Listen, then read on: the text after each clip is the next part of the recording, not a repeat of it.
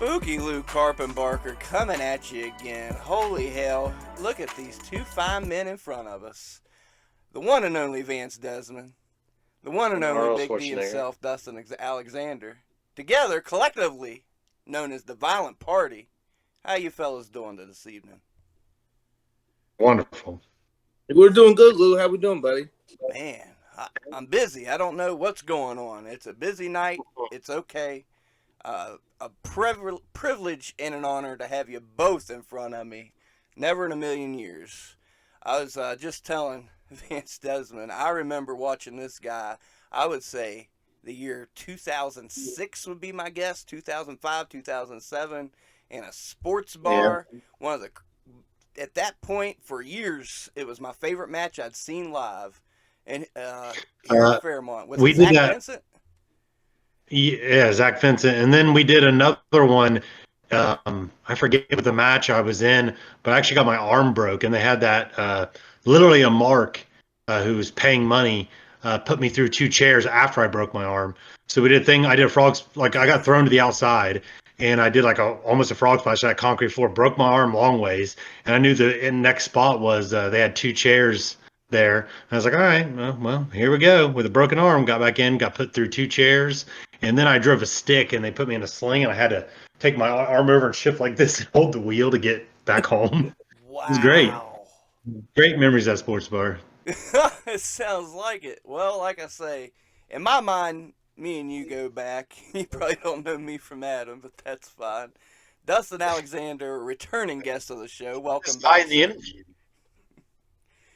And it's a hell of a privilege to have both of you guys at the same time. Your time's coming, fellas. That's what she said.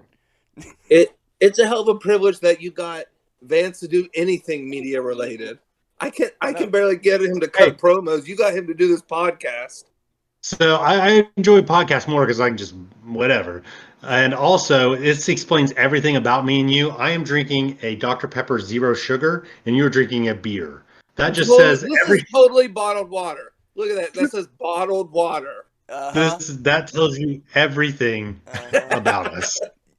And I love us in the ring. Our character isn't a character; it's just something that's naturally happened since he started training. So, I love the contrast, the styles, the contrast, the characters. A better tag team couldn't have been made in my book. And coming up on the 10th, you guys are a part of the big tag team championship gauntlet in Monongah, West Virginia, Krampus Mania 2. It's a stacked lineup. Thank you. But thank you for saying that for me before I had to try to say it myself. So I appreciate that. It's Mongo, Montana. How many times do I have to say it? Minogi. Oh no, Mongo. Mongo, Montana. We'll get it. The event's Krampus Mania. The town's very irrelevant, even though it might be a nice home base for RSW. We'll see how this crowd turns out. See if we take out the power this time. Well, yeah. You guys hooked up an extra speaker and took us out a couple months ago. Took the whole town out. Too much eating them speakers. Well, plus the celebration when we win the tag titles there, they'll have to shut the whole town down. I would assume. I'm fixing all those small little towns right around Fairmont. Okay, we could probably do a parade, right? Oh yeah, for sure. I won't be in it or watch it or attend it. Of course. But you should do it. Yeah. Y'all are a trip. How did this come to be? Why am I looking at you two together? Out of all the wrestlers in the world to be put together, why you two? And how? Well, even though he is completely not the same as I am, I respect Dustin, my prized pupil, if you will. His personal choices and the way he does things is not the way I do things, but that doesn't matter whenever you're trying to win, when you want someone who can wrestle and someone you can trust. And so there you go. I can't trust anybody more than, I know what he's going to do before he does it because I taught him to do it that way. He knows what I'm going to do because I've drilled it in his brain over hour after hour. So if you're going to tag with someone, people talk about brothers. Instead of brothers, if you have someone who literally wrestles the same style, we have to change if we're on a show together, not to look alike, I'll be like, "You doing the Pele?" No, okay, I'll do the Pele. You know what I mean? So it's not we know each other in and out, and what I know what he's capable of. I think better than he knows what he's capable of. So Hell That's yeah. so true because I think our connection is almost better than brothers because as brothers, that's it's a bond by blood, but you know in a way we picked each other, through me joining your school and we haven't always got along. I used to have to yell. I've yelled at this kid over and over and over. But the thing is, he never ever quit. We would have people try out, and my speech from the tryout made them quit because I always gave a speech before. And Dustin got the speech, and then he got another speech, and another speech, and another speech, and he just kept on, kept on, kept on. And I remember when we started the class, we first training session, just watching them train. And I was like, I think I know who's going to be best here. And Cole Cash, who trained with me, he said, I think, and he picked Dustin. I picked Chase. But the thing is, Chase picked it up quicker, but Dustin kept on going. Like, Chase was pretty good, was probably better than Dustin right at the beginning, but then Dustin just went whoop, got to his level, they were equals, and then whoop, there goes Dustin, kept on going. So the resiliency of someone like that, like I'll team with that person all day, every day. Nice. That's stuck in your mind all those years. Mhm. yeah. I mean, we've had our fair share of battles in the ring too. Oh yeah. Yeah, I okay. mean, whether it's I'm hard headed or he's an asshole, we've had to punch each other in the face a couple times. Sweet. I have a I have a problem with being brutally honest and not worrying about people's feelings in almost everything I do. So, like I've told Dustin to his face before when he's doing something, I say you're being lazy. I just call it like it is, and but then on the other hand, whenever he does something good, and say, yeah, that was really really good. He knows I'm not blowing smoke either because I don't do that because I would tell you if it sucked. So, Hell yeah.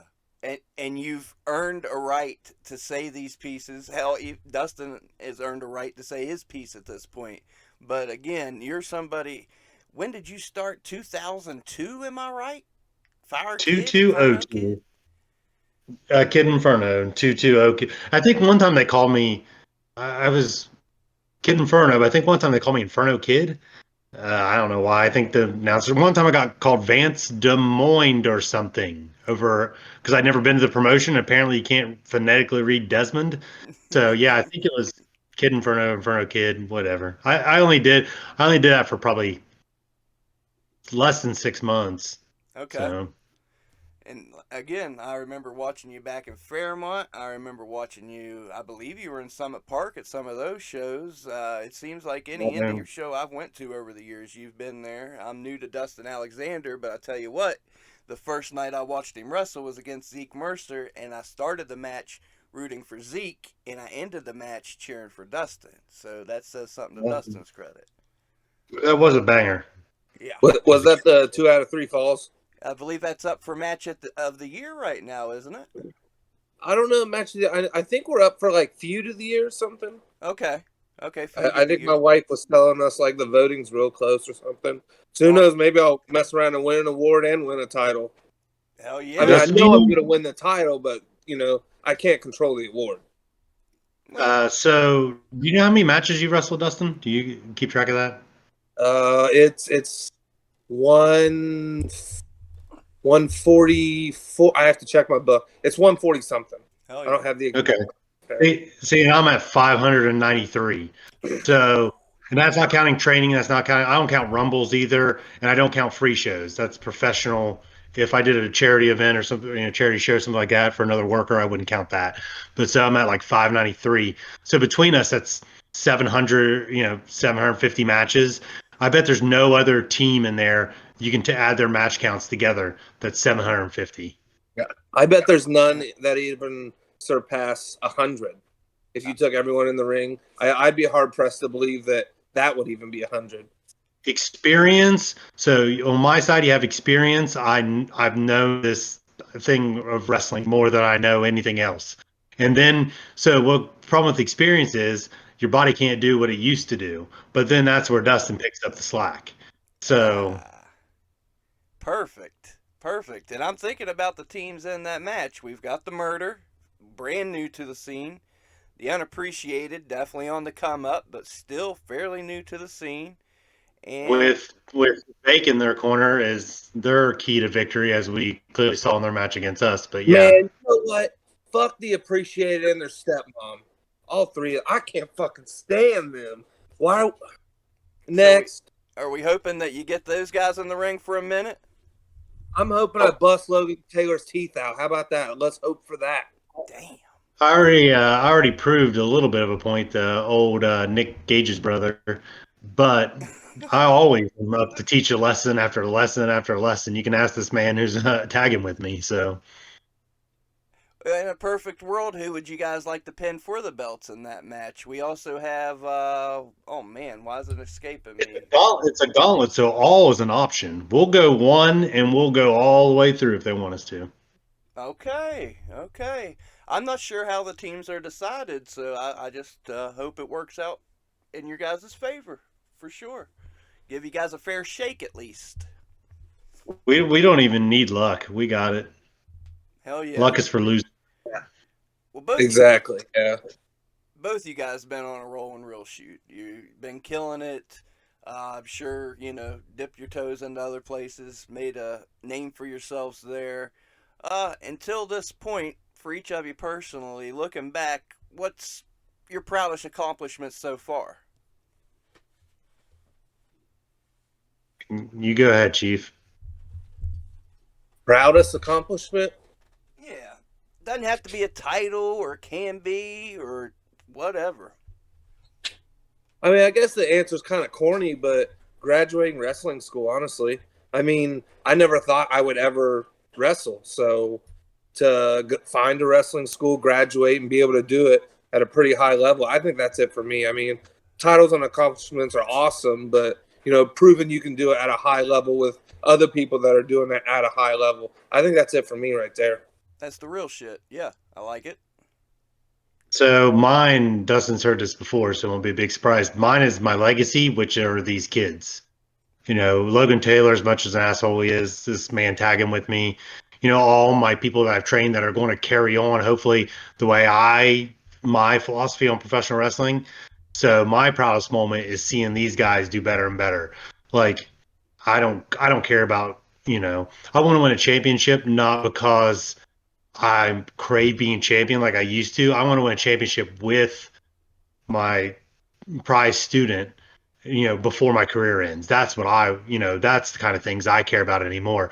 So as far as me, the biggest accomplishment for me is the wrestlers I've been able to put out in the world to wrestle, because I got to be in WWE developmental. I had, TNA match and that kind of stuff. But I mean, whatever. Um, Whatever, no big deal.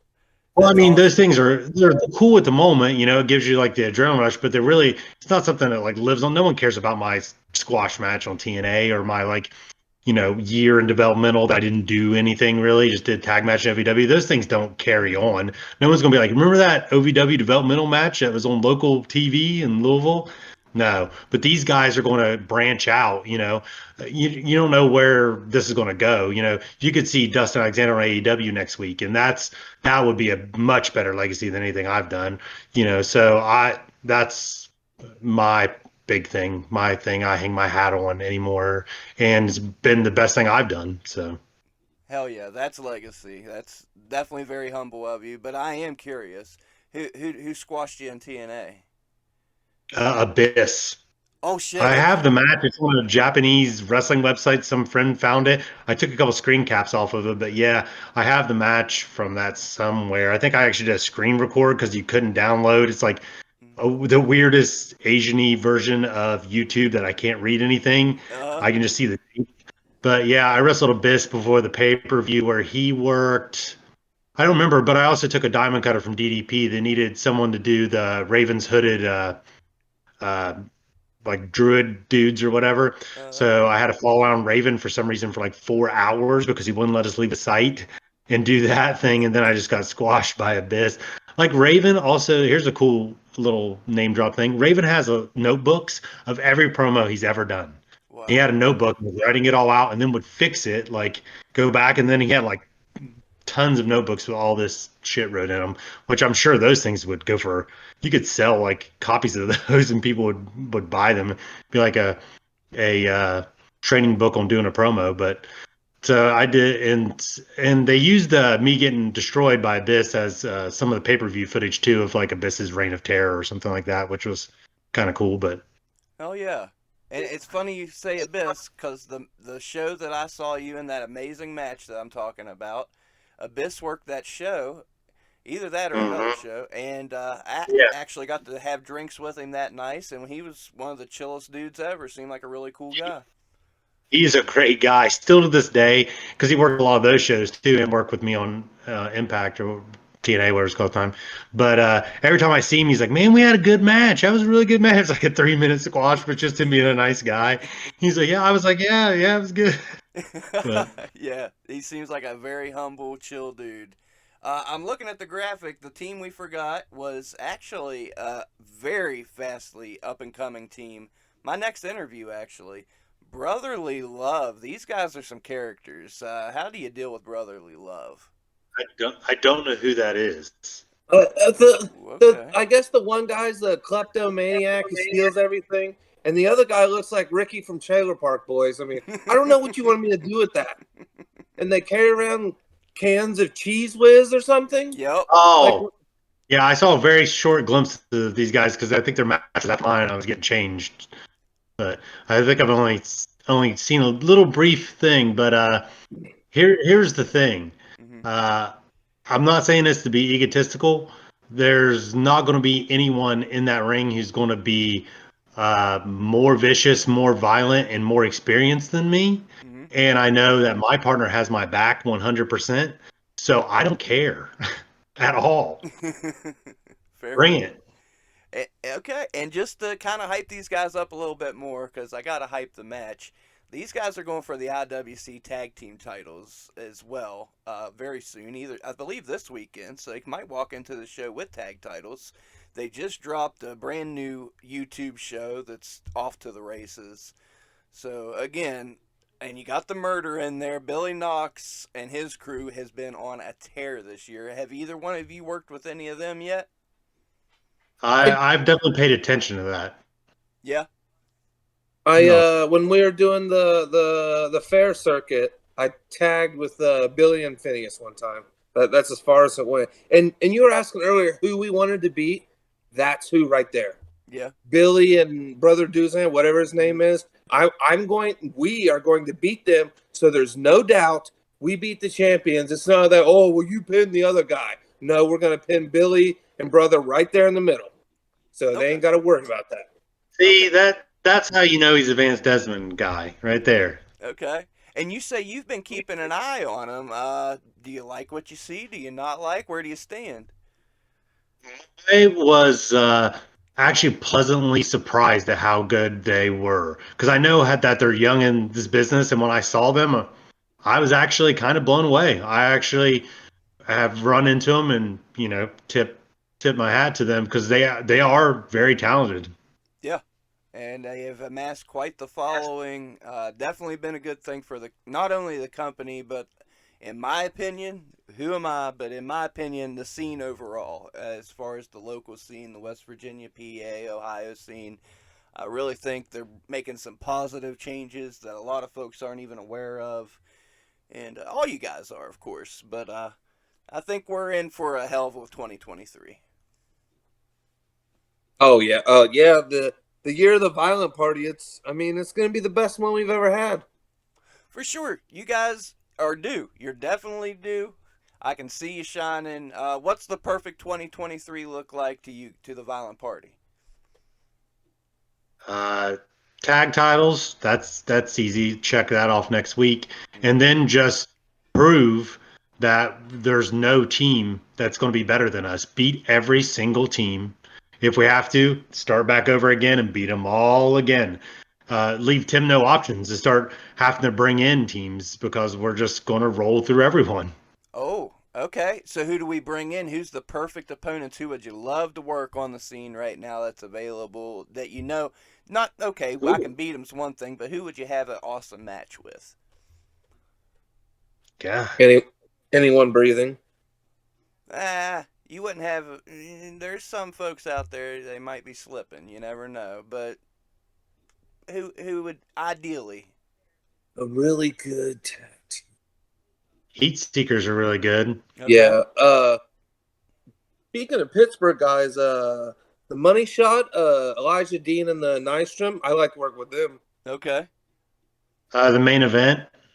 Yeah, yeah, Yeah. Those dudes, absolutely. if you don't see those dudes on TV in a couple, within a couple months, I'd be very surprised. Like, I know for a fact, I talked to them at Remix that they've had tryouts at both. They've had, I think, 3 tryouts at AEW and a couple tryouts at WWE. Like, somebody's going to have those guys soon. So I like to test our team against, a big rising up and coming team. That would be a fun time. And it's funny you say that. News broke on the last episode. We are heading back to New Ken, kind of their home base. It'd be crazy if we could make that happen in a perfect world, Tim Cross. World perfect. World perfect. Perfect. Okay. World perfect. That's the name of the event. You can even have us wrestle on. You can call it World Perfect. Boom. See, we've got it all set up. We done I'll worked just it book the out. building, Tim, and I'll let you know where it's at.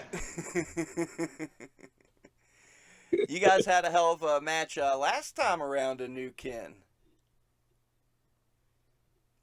Oh, I oh yeah, mean, yeah, the good guys, the good guys. That's right. We Yeah, tried a couple debut new show. things. And how'd you feel about that one? You didn't know who you was fighting. Was it a surprise?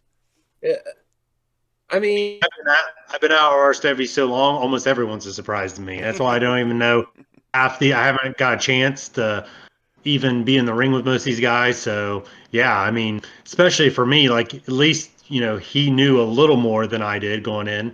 But and if you notice, who started the match? Okay. Yep. so generally, this is how it works. Vance and like when before the show, Vance and I will break off, and we'll go somewhere. We're getting dressed. We're going over stuff, and he says, "Okay, so the guys we're wrestling, what do you know about them? Because I don't know anything."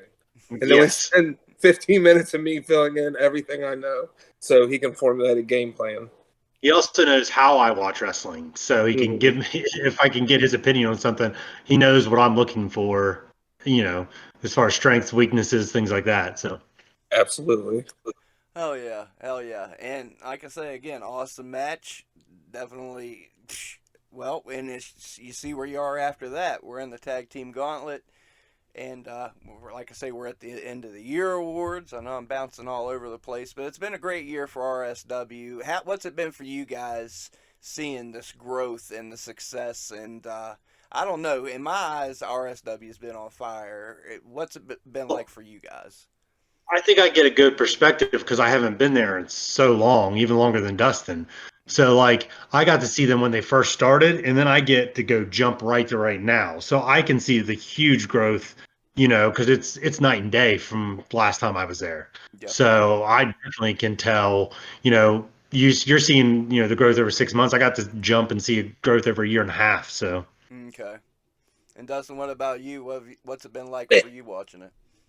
honestly, this year was like a year of perspective because, when I came back, I was mad. I was angry because things I felt I was due, I didn't get to. And then, someone hit you in the mouth hard enough and you get your brain scrambled, you put shit into perspective. And, I knew what I needed to start doing, get my head right, got back with, my head trainer and got back on the road I needed to be on. Hell yeah. I like it. And here we are. Here we are. And again, couldn't ask for a better tag team. You guys have been knocking it out of the park every performance. Last show in Mononga, you guys killed it. And the tag team gauntlet, I know that's going to be wild. It's going to be wild as hell. So are we done looking for singles titles at this point, or are we never saying never? I'll wrestle anyone for anything any day. Yeah. So Yeah. Yeah, I mean, if the money and the opportunity's right, why would you say no? Makes perfect sense. Okay, opportunities outside of RSW. If the opportunity's right, what makes the opportunity right to pursue something else outside of real shoot wrestling? I think my answer is different than yours. Okay. Because like mine is just trying to prove that I still do this at a high level, and it has to be something I'm creatively interested in. Because in the business you call it the bump card. You can only get slammed so many times in a ring before you just can't. Your body can't do it anymore. So I don't waste bump cards on exposure. If someone called me from, I'm trying to think, say AIW, a big Cleveland promotion, they wanted me to come work and they wanted me to work someone I know nothing about, I would say not interested, Yeah. because that wouldn't be Dustin's case, I would assume. You know, so I mean, my answer is going to be much different as someone at the end of their career instead of someone rising at their peak. So Okay. Okay. And Dustin, how do you look at things? So it's not going to be the sexy answer that everyone wants, that I'm going to go anywhere and do anything for any opportunity. But at the end of the day, I do have a family, but I do enjoy this. So is this opportunity something that's going to make me money? Is it someone better than me that's going to elevate me to make me better than, the spot I'm at now? Because, I mean, I haven't been doing it as long as Vance, but still, the bump card, you can only do it so long. So, why would I waste opportunities that aren't going to help advance me? I like it. I dig it. I do. It makes perfect sense to me. Again, what do I know? But I definitely get where you're coming from. Uh, so far, so far in the talking game, about getting slammed, I'm hurting. So we always talk about it. Mac's like, yeah, no, stop that. Dear old dad. well, we talked about proudest accomplishment. Starting, well, whoever wants to take it. What about your favorite match so far, or three favorite matches, even whatever, your personal favorite? You go ahead there, Dustin. I got a lot of them to think about. Okay, so three favorite. When me and Chase or Jack Manic, whatever you want to call him, when we were tagging together, we wrestled the Gymnasty Boys at the Mannington Fair in the Mannington Gym there, and Hell it yeah. was hot as sin. It was like August or something. Great I match. Yeah, I'd say that. I wrestled Vance and Madison with like my first like big serious singles match. That one and uh Larry D in Julian, West Virginia. Oh shit. Okay. Wow. Yeah, Okay. for Gary Dameron's ASW outfit. I worked him down there. He's way better than he'll ever get credit for. I'll He's give him his phenomenal. due. Dude's highly underrated for sure. So, And I, uh, so as far as my favorite as in like opportunity to do, or my favorite as in ring action. both. That's a good point. Both. Uh, Opportunity. Me and my tag partner from OVW, we got to wrestle the New Age Outlaws, and that was a super amazing experience. Plus, Billy Gunn is just a freaking beast, Yeah. and so that was a big opportunity for me that helped propel me. And then in OVW, we were starting to try to build some momentum. We teamed with Crime Time and did like a big us baby faces versus heels tag, where that kind of showed that they were starting to be like, okay, these guys are pretty good. Um, and then I did a match with Nick Densmore. That the match is really good too, but it was every bit of 100 degrees in the building. I mean, we were soaked. I went out and got a water from concession during the match. Oh It wow. was and like, so that match, not only was it like good because of who he is and what he's done, but like the dude can go, and he like chose to go. Like, we had a really good match actually. Um, so I'd say those are. What's that? Which one did you have? Did you have Nick or did you have Eugene? I had Eugene. I actually wrestled him twice. I wrestled him. But I'm talking about the first one though. I wrestled him as Eugene. It was the weekend that Michael Jackson died, so he came out to Thriller. I remember that. So I can remember the date of it. But yeah, and so like that was pretty good. Oh, and then because of I wrestled another show like a couple months later, he was on a show and he's booked against someone else, and he went to the promoter and asked if he could work me instead because he trusted me from working me not too long ago. So I got to work him again because he requested it. And that was the polar opposite. I could see my breath in the ring, and you've seen my wrestling attire, right? Yeah, that So I was much. out there and my buddy's in the crowd. I go, and you could see my breath, and he's like, yeah, he's wearing a coat and hood in the crowd. It's like in a silo building for IWA East Coast, pretty much outdoors, the big, huge doors on all the sides or whatever. And it was in like October. So, yeah. So I wrestled him in like 100-degree heat, and then I could see my breath like Oh in the same six wow. month period. But he And trusted also you that, enough, wanted to work with you again. yeah, Ooh, and the clip, ooh. that's the most famous clip I had on YouTube, and it disappeared. But it was the clip was entitled "Stunner Oversell," and it's me taking the stunner from Eugene and doing a shooting star press from being backwards so far, and so that was like the most popular Vance Desmond clip on the internet for a long time. Oh shit. Okay. Well, okay. And then on the flip side of the coin, as far as work rate goes, and your favorite performance in I've there. had so many matches with Zach Vincent and Aaron Draven, either in triple threats or single matches. You could probably pick a few different. The triple threat we had a remix that's on YouTube is really, really good. But we had an amazing one. There's a music video of it on YouTube from up in Erie. Another triple threat we've done, and then me and Zach Vincent have had matches that like you can when you're out there, like you can feel it. And so you get those times where you're like, I'm feeling this. I've Mm-hmm. had that probably, I don't know, a dozen times or so, maybe up to 20 times in my career. But a lot of the times I had that feeling was in there with Zach. So, and he's again, kind of like with Dustin, he was the first person I ever trained. So, Hmm. we knew everything. And then I still had my, more of a athletic ability. I feel I've kept it even though I'm almost 40. But like back then, doing a standing backflip and land on my feet was not something I had to think about too hard. So Mm-hmm. the stuff we could pull off in the ring, it was kind of ahead of the time. Like you said, that one match we had there is one of my favorites. I went back and watched it and I thought this is going to be. I didn't have any idea what I was doing. And Zach had been wrestling less than a year, but I still will put that match up against a lot of the modern wrestling you watch in AEW. If Yep. that match had been put on AEW Dark, I don't think anyone would have been upset about it. Yeah. So and that was, you know, almost 18 years ago or whatever. So I had actually talked about that match prior on the podcast because I went to a lot of indie shows as a kid growing up, and usually you just had the basic Smoky Mountain Wrestling, bad guy, good guy, yeah. very very basic, nothing wrong with it.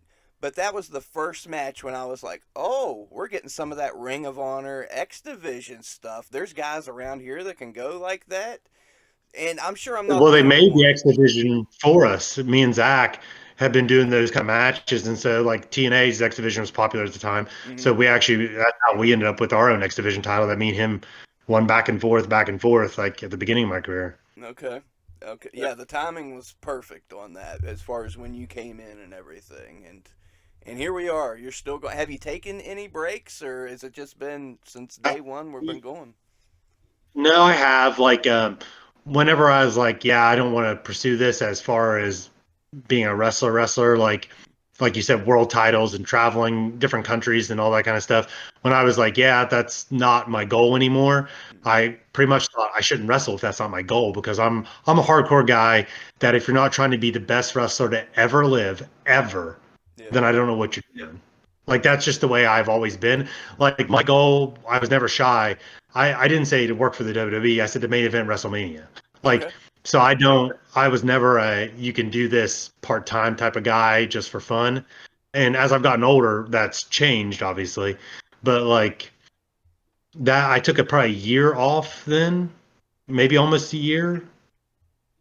Okay. So because it was hard for me to have the concept of I'm going to do this just the way I want to do it and not do this as trying to advance in a career. So basically, I was like the retirement of Vance Desmond as that person, and now I'm just kind of a different wrestler. Only thing I want to prove is that I can still go, is that I'm Okay. still able to do this at a high level. So that's kind of what I strive for now compared to what I strived for before was a job. And Right. so that retirement period was about a year, I think. Okay. Well, The, at the this point in gangster in time, him isn't going to let him retire until his body won't let him. Since before we started training, he's been slowing down. mhm, yeah, And it he's doesn't. still putting on, if it's not the best match, it's damn near close best match on the card, but he's slowing down. Yeah, I don't believe it either. I definitely understand. Well, now when people ask me, I half jokingly say I'm going to run till the wheels fall off. And I don't know if that's a joke or not. We'll find out, I guess. But like that's what I always say. I'm just going to go till I can't go. Until I feel, whenever I go to do a spiral tap, I can't do it anymore. I can't make it around there. Or when I Pele kick, I'm landing on my head more than I am kicking the guy in the face. When those things start to happen, then yeah, sure. But as long as I can still Pele and knock a dude out, and I can still springboard over, I can leapfrog someone who's 6'6". I'm going to keep doing this. When that changes, then maybe that'll. You're slowly falling into Undertaker syndrome. That Yeah. was a great match. I can still do this. Oh, I can't go out on a bad match like that. Explain that to everyone. I go out there, and if I have, and it's perfect. When he said it, I was like, "Oh my god!" Like it's exactly right. So if you go out there and you have a stinker, that means you should retire. But I'm not going to go out with my last match not being something I'm very proud of. But then you go out there and think, you know what, this could be it, and you have this really awesome match, and you go, well, why would I retire? I obviously can still do this at a high level. So you're just trapped in that limbo forever. So basically, you just gotta let your body betray you eventually and go, okay, I can't do it anymore.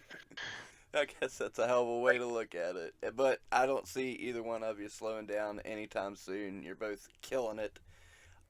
You're I like to definitely. get to 666. I'm at 593. If I could finish my career with match 666, I'll roll out on that. Shoo. Well, hey, and that's very plausible. That's nothing crazy. You're not an old man by any means. I'm not in your body. I don't know how it feels, but you can still Awful. go till Don't 50. ever wish that upon yourself. I won't pretend to even know. You guys And, are a couple different dudes. You're very different characters. Is there ever times backstage, whatever it may be, where you just have to agree to disagree? Just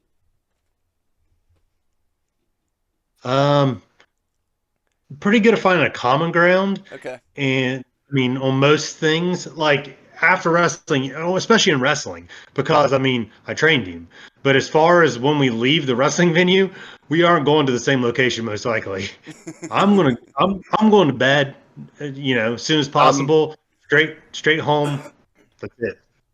yeah, it's at the point now where we'll show up, but if we're not traveling together, we'll show up around the same time, and we're at the hip the whole entire time. But we know when the show's over, Dad's going home, and I'm going out to the bar. I'm gonna go out and have a good time. I'm gonna have some drinks, If and I it's heard a just gym was open and we could go to the gym afterwards, that would be awesome. I would stay awake for that. But I'm not, I hate bars. I hate loud people. I hate loud music.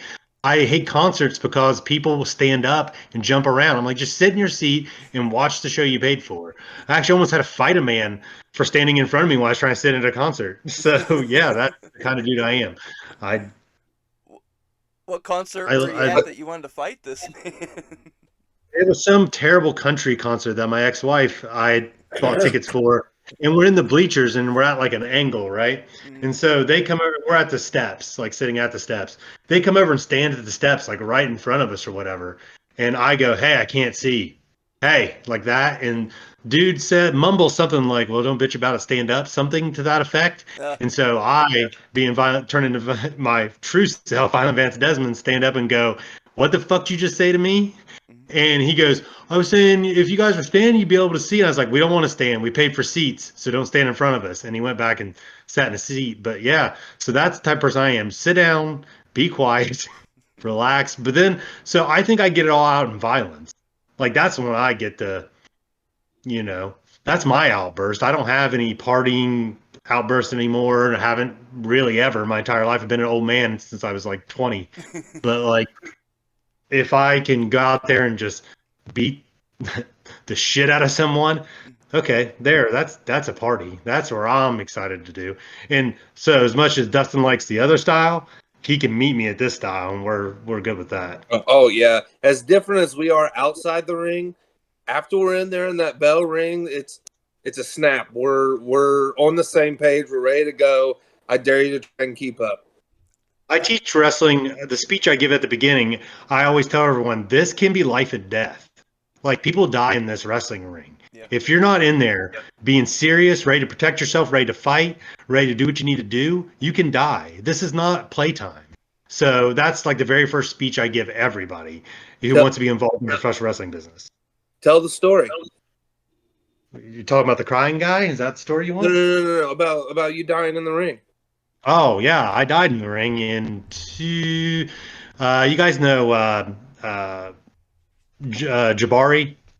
Yes, no. Oh, But of course. anyway, Super yeah, Oprah, Papa Dingo, Super whatever you Oprah, want to call yeah. him. Okay. Yeah, he has many gimmicks. But anyway, I was working a tag match with Zach Vincent and me versus him and somebody I can't remember because I died. We'll get to that. But so I tried to body slam him, tried to body slam him, tried to body slam him. Skinny Vance Desmond at the time could not body slam the 400-pounder. So then my back hurt. I walked around. As I came around, I got caught with a clothesline. And when I got hit with the clothesline, it hit me so hard in between beats because I have like a crazy slow heart rate genetically. It like stopped my heart. And they tried to pick me up, and I was dead weight literally. And then I had a seizure, which was my heart trying to restart, I guess is what they tell me. And I had a seizure, but we were in like a firefighters bingo hall type building, hooked to the fire department. Mm-hmm. So someone ran over and got firefighters that came over, did CPR on me, and brought me back and broke my sternum doing CPR. So like I remember first thing. So apparently I woke up and went to fighting. They were trying to put a neck collar brace. I got them to just start fighting everybody, and they had to tackle me and hold me down and get me on the stretcher. But I don't remember any of that. But I remember coming out of the ring and seeing the rope past my eyes. And I look over at Cole Cash, who's been, my best friend for 2 decades. I see him, and I'm like, "What's going on?" He's like, "You're okay, just calm down." And I was like, "It's a weird thing to say to someone strapped to a gurney," because I didn't know why he's like, "Calm down," because I just woke up. I thought, but yeah, so like, I literally died. So, and that's, there's people who don't get to come back from that. So that's why he knows how serious I take as soon as we step in that ring, and he's right there. Like, Wow. Well, I'm glad you're with us. Obviously, yeah, that would make call you it take New Easter. That's New Easter. That's when I have risen. That gimmick, those promos didn't go over real good in a lot of places. Companies would be like, "Yeah, man, you can't say that stuff." Because I come out and be like, I call myself the modern messiah of professional wrestling. I was like, I died for you people, and this is the respect I get. I literally came back to life.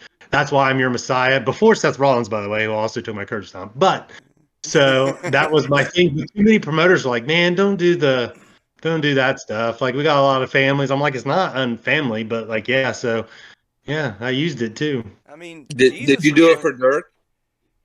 What's that? Did you do it for Dirk? No, I did not. I figured he would have been one of the ones to veto it. Be like, I we're did. not doing that. OCW, High Championship Wrestling, was like, yeah, no, let's not do that. I mean, Man, Jesus that was place only was ringing. So crucified, so you can yeah, kind I of. was like, yeah, his heart wasn't even damaged. In fairness, I mean, and plus I had the long hair and the goatee at the time. It was very, yeah, very, not Yeah. Jesus. not. Oh, we got to say that Jesus-y? Yeah, Jesus esque. Yeah, Jesus. make it sound fancy. Wizisk. Wow. So, And going back to the difference in character, just when you guys were talking about a few things a few moments ago, I thought about the lead up to. It might have been after the 5-year anniversary show. You cut a promo about basically mimicking the CM Punk promo, eating your muffin, and then you have Dustin Alexander talking to a fake dog. So you have you been a fan of CM Punk, and it just shows again the difference in the character of you guys. Both were hilarious, but for totally different reasons. so I used to have a vendetta against CM Punk a long time ago because he was a dick to me. Like at an indie show, I introduced myself, and I stuck my hand out, shake my hand. He wouldn't even shake my hand because he was folding a shirt and just went, "Yep," and then went back to what he's doing. I was like, "Fuck this guy," because he's starting to become like a thing. He'd had those matches with Chris Hero, that Iron Man match, the 90-minute match, which is an awesome match. So I've always thought the dude was one of the best in the business, at times. But I just don't like the dude. Yeah. And I just wanted something relevant. And let's see, I am a very, like I said, tell like it is, and I will make fun of anything and everything, whatever. So that was almost me, because in my opinion, I don't know how popular this is. I think CM Punk is a better wrestler than the Bucks and Kenny Omega, but he was in the wrong, in my opinion. I mean, I don't, of what we know, he was in the wrong. He's always been a dick. He was a dick to me before everyone else knew he was a dick. So it's not a big surprise that he, was like that. So that was me being like, eh, making fun of CM Punk a little bit Mm-hmm. and whatever. But like, even when I'm making fun of somebody, I'm still pretty serious, sadly. Yeah, Um, that's not far from how he really feels. Like it was a spoof on the thing Punk did, but that's not far from how he really feels. I totally get it. I guarantee he was hurting that day, and he was annoyed by something. So I'm well, when sure he it said wasn't that, far. well, when that's what of all the shooty things he said that promo when he said, "I'm old, I'm hurt, and I work with fucking children." I was like, dude, yeah, I get it. I get it, man, like completely. So that I think that line just stuck so much with me, and that's why I kept thinking about that promo that or well, his press conference, and that's why I wanted to incorporate it, kind of. But there's the best meme out right now, and it's from Jungle Boy at the last press conference, and he's eating food and doing the press conference. Why would you do that on the very next press conference? Mm. And it says, "How are you?" And it says, "I'm young, I'm hurt, and I work with fucking dinosaurs." I And that's saw it one of the best today. props ever. So yeah, that line was so good, and so I had to do something. And Punk's a dick, so. Yeah, and hey, he's broke my heart many times too. I was a huge fan because obviously the guy has great matches, but yes, he's a dick, and I'm good on CM Punk at the moment. Going back to So is those, Shawn Michaels, the greatest wrestler of all time, but I guess maybe he wasn't personally a dick to me. So, and also he eventually did change. He's not a dick anymore. But mm, and who was that? You say? Shawn Michaels, the Oh greatest yeah, wrestler to ever lace up a pair of boots, in my opinion. And nice. I know it's hurting Dustin right now. Wow, who's the greatest wrestler, Dustin? I respect your opinion. He thinks so. There's two camps in all professional wrestling. I'm literally having a text conversation Yeah, between me, Cole Cash, Aaron Draven from a few minutes ago from watching AEW. Daniel Bryan versus who was he Dax, working? Dax, Dax Dax Harwood. Dak. Harwood. So Hmm. we have Bret Hart guy and literally a guy trained by Shawn Michaels. And we were talking about that. And I said, well, everyone's in one camp or the other. And like Cole Cash is a Bret Hart guy. And Dustin's a Bret Hart guy. I'm a Shawn Michaels guy. Everyone's back and forth. I think for my generation, if you're, watch those guys when you were really influenced by wrestling, you're either a Bret guy or a Shawn guy. So what are you, Spooky Lou? I'm debating on it because I tell you, Shawn Michaels really got me into wrestling. When he threw Janetti through the window, I started liking the cocky pricks, and he was my dude. And he was my dude for a while, but then as an adult, you hear how he acted backstage, and he was a dick. And then I look at the shit Brett went through and persevered through, and still was a trooper and still worked his ass off. And then to have his career ended the way it was, I love So Sean's matches, love Brett's matches. Sean was a piece of shit, though. Obviously, he's changed, but still, I've heard some stories recently where he hasn't changed all that much. So, growing up, like I say, Sean was my dude. The match with Jarrett is what made me appreciate the athleticism of wrestling and the sport of wrestling. So, I'd have to go with Sean, but all due respect to Brett. Was wrong in the Montreal Screwjob, and I will go to my stop grave. it. He was wrong. You do Yeah. your job. You Yeah. do the business. Uh, You don't put yourself above the whole company that made you. You don't. You just don't. I agree with So that. I will go to my grave. Now, should they have screwed him over? No. But if he wasn't willing to do it, what are you supposed to do? Yep, I've said that since day one myself. Like, what was Vince supposed to do? And obviously, he made the right decision because I'm no expert, but it could have killed WWE for years if you just have Brett hand over the title, or you have it happen before Survivor Series, and now the fans in Montreal aren't promised the main I mean, event. that's what developmental is now, right? You hand over the NXT title, basically. I mean, you lose, but you hand over the title, and then you go to the the big the main roster they call it. That'd be what WWF would have looked like to WCW. It's like, yeah, he was their champion, he just gave it away, and now he's where it's hard now. Like, Mm, so yeah, I think it makes the whole company look bad. You can't do it. yep. So I don't know if it's true, if it's a work, if it's whatever. But at one point, I heard the rumor going around that Brett had agreed to drop the title to Taker instead, and then they could just have him transition to Sean. And Mm-hmm. I will go to my grave thinking that is what we should have done. I mean, had we done that though, chances are you never would have had the Mr. McMahon character. So chances are we wouldn't even be having this discussion now. Yeah. Yeah, I mean, I say it all the time too. Everything, no matter how small and how stupid and how silly or how controversial, everything happens for a reason. Yeah, So, and I mean, if you really break it down, choosing between Sean and Brett is like, do I want to drive a Maserati or do I want to drive a Bugatti? yeah. They're both fucking wonderful. So, oh no, I chose the other one. Oh, so sad. And looping back, Sean's the Bugatti. You yeah. know. Uh, okay, okay. You know better than I do. Fair enough. Shooting back around to the promos I was talking about, it seemed like Dustin, after the match with Zeke, we started to see a bit of a lighter side. You're talking to imaginary dogs. Things weren't as serious. Is that something just I'm seeing, or am I right? You really want to know what this came down to? Yes. So after my match with Zeke, I'm on the way home and I get a call and it's Vance. And then, we're talking, I pick up the phone and he's like, so when do you think you're going to get your head out of your ass and quit acting like a baby? And I'm like, what are you talking about? And then he just went into uh, dress me down over me being a crybaby over the fact that I felt like I was owed this and that. He said, instead of crying about it, why don't you go out and get the things that you felt like you deserved? And, I mean, tell it like it is. That's what I should have been doing.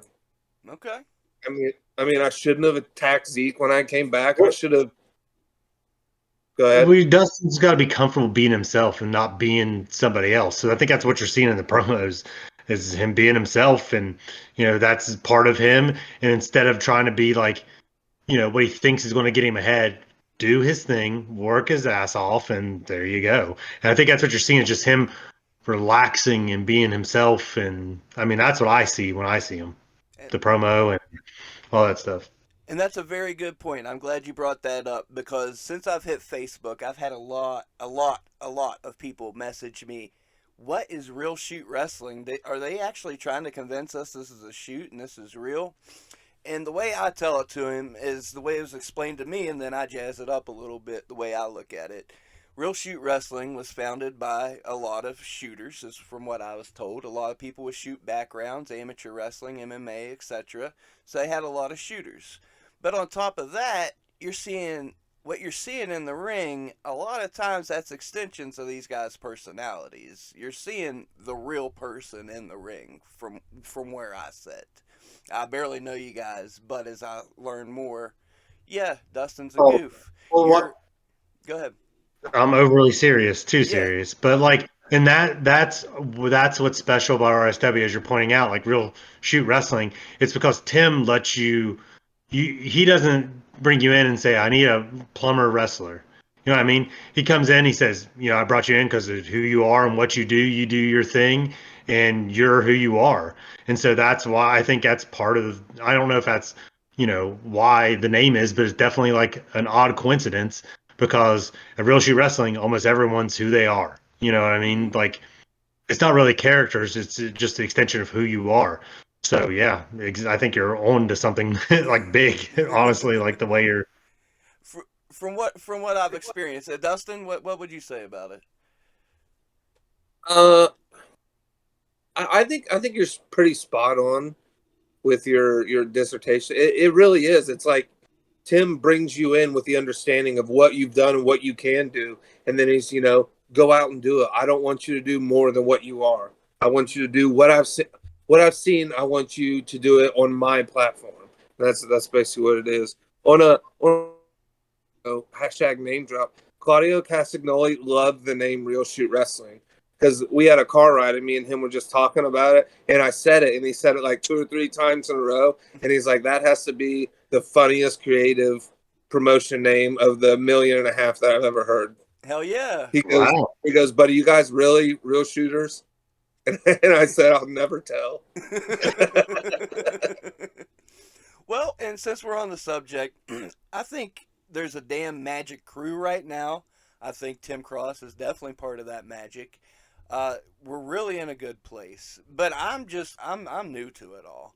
You guys have seen more than I have, but as far as the current crew and the current magic that's going on, Tim Cross, the crew he has around him, the talent in the back, just how do you guys look at real? Am I crazy, or is there something really special going on right now? So from day one, Real Shoot, even when they were smaller, their in ring uh, actual matches were the best in the area from right near the beginning. Like Tim Cross knows wrestlers. Mm-hmm. Like he not hit so I think actually Tim Cross's weak point is the business thing because he doesn't care about that. You can tell he's passionate about professional wrestling. He's not worried about concession sales. He's not worried about can I charge more for a ticket. He just wants the product to be the best. And that's you can like compare that to somebody who's like a pure wrestler because he's that's his thing is something like Daniel Bryan doesn't jump to the top.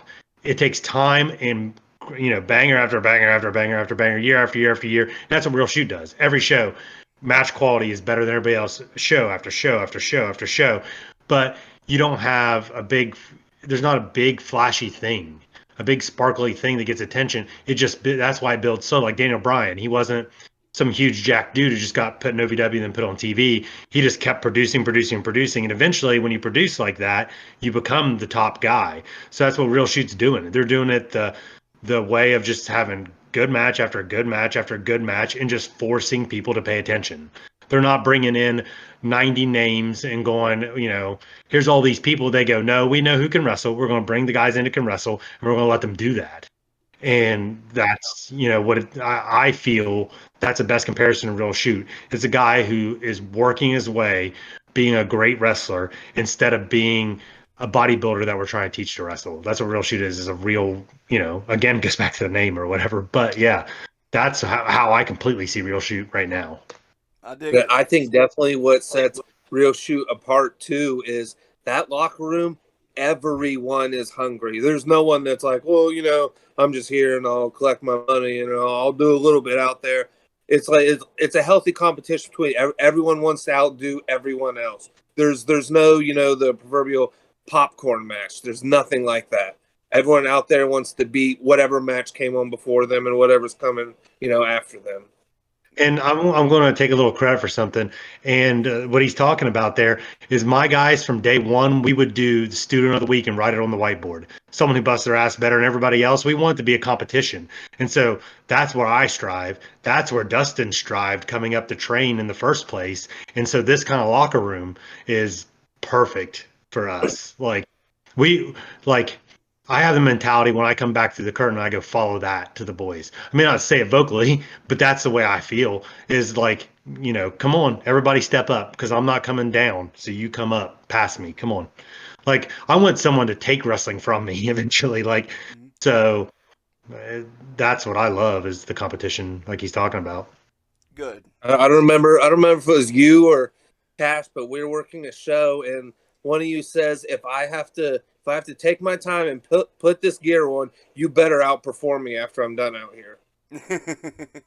There you go. There you go. And hey, Real Shoot Wrestling, only 5 years old at this point. You talk about paying dues and bump after bump and producing quality. Well, that's happened. Now they're getting some recognition. Fans are turning out. things are picking up. 2023 is going to be a very exciting year for both You the can't say roster. business is picking up legally in a wrestling podcast. That's a copyrighted phrase.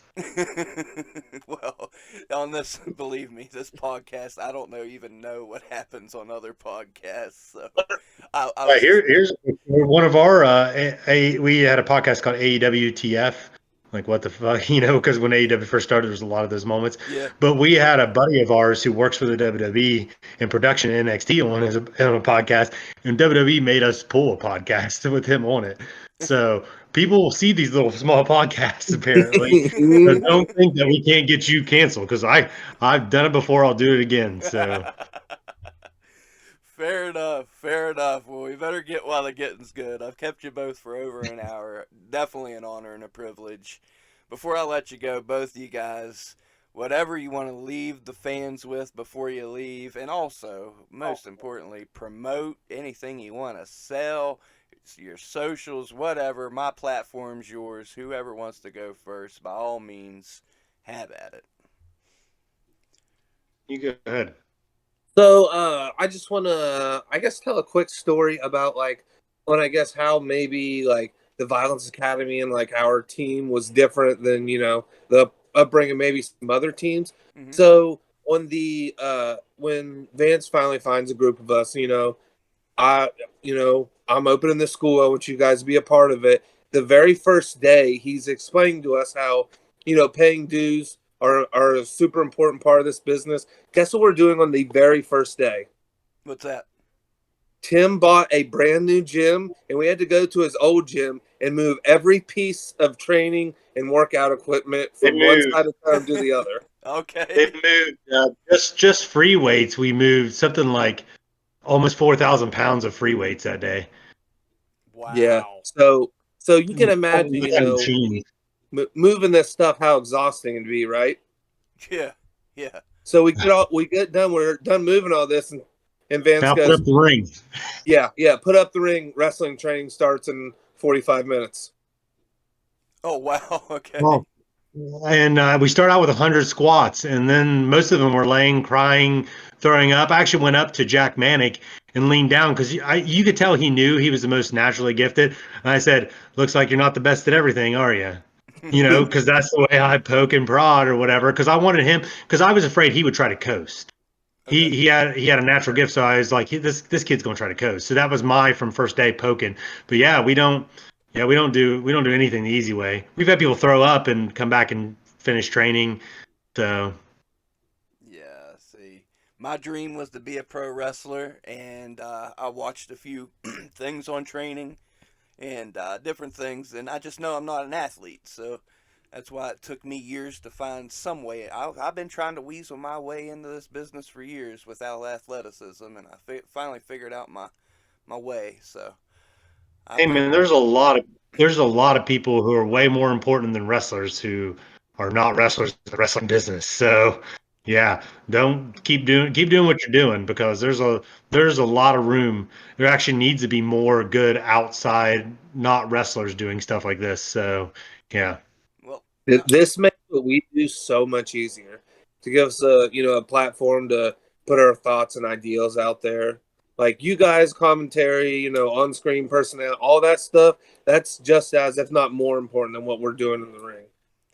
A good referee, a bad referee getting in your way and not doing his job, that's terrible. So like all those pieces are super important to people outside the ring, the referees, commentators, cameramen. If you're doing something you didn't think you could do and you pull it off and the cameraman misses it and you never get to see it again and you can't pull it off again, that's gone. yeah. So like every little piece, podcasts and video editors and cameramen and all that stuff is just a car. Car's not just the engine. Like you need everything to make it really work. So I appreciate that more than you guys know, and I've told you all. I've told the whole crew. I won't let you down.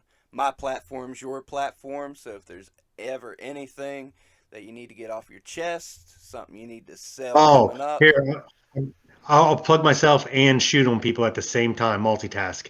So any wrestlers, if you actually want to be built like wrestlers, you can go to Square One Fitness, which is my personal training, or email contact Square One with number one, contact Square One at Gmail, and maybe someone who's not in their 40s won't be the best built guy on the show here coming up in the next few years. So Oh, first, I challenge you, step up.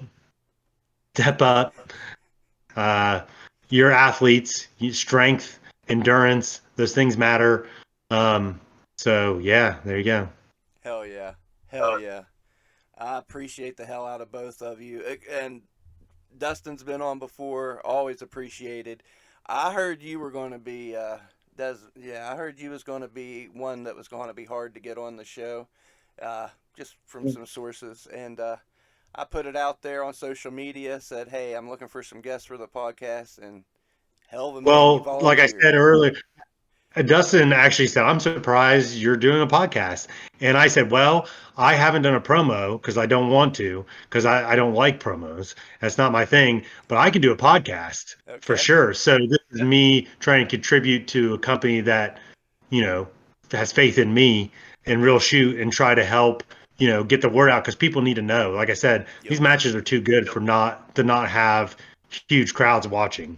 So this is me doing a podcast is I get to talk to Dustin, which we live 3 hours apart, so I don't talk to him very much. This is me helping Real Shoot and making, trying to get people to see this product in a way that is more even comfortable for me. Because I'll sit and talk to you all day, Lou. I don't care. So Well, we're going to hold you to that 24-hour interview coming up soon. Can you believe it? I've done an Iron Man match, but I have not done an Iron Man podcast. Well, So hey, you've went for an hour 6 minutes, so hey, you went in I mean overtime. that's average. You gotta go 24 to be an Iron Man podcast. Oh, okay. Well, At least 36 if you're a real Iron Man. Yeah. well, I probably have some things in my personal life I need to work on before we try that out. We'll see. We'll see where we're at on that coming soon. Hey, if, I if mean, we're gonna wrap this up soon, I just need you to convey a message for me. Can you do that with your social media reach and what have you? Always. Trevor Gage, Logan Taylor, and Justin Baker. Can you go tell them to go fuck themselves? And I can't wait to bust up all three of them clowns. well, I mean, my 9-year-old daughter outmanaged Baker, so Yes, you did. That was cool. You, That was a cool you gonna moment. be there Saturday? no, I think she's got like a school thing. So yeah, Prior being in commitments. We're in fourth grade, trouble now. being in fourth grade and all, I can't wait. I can't wait. I'm a fan of everybody in Actually, this tag gauntlet. Bacon her finished the same grade. I think his last grade he finished was third too. So they He got that in definitely looked common. like it. I think Yeah. they kicked him out because he was too ugly. It happens. It happens. These West Virginia schools are strict. It happens. I appreciate Well, the thank hell you, out of it. Lou. Thank you guys. It's been a blast. I knew it would be. We'll do it again. You done threw it out there, so I'm gonna take you up on it. It's Saturday. May the best man win. Like I say, I'm a fan of every team in this gauntlet.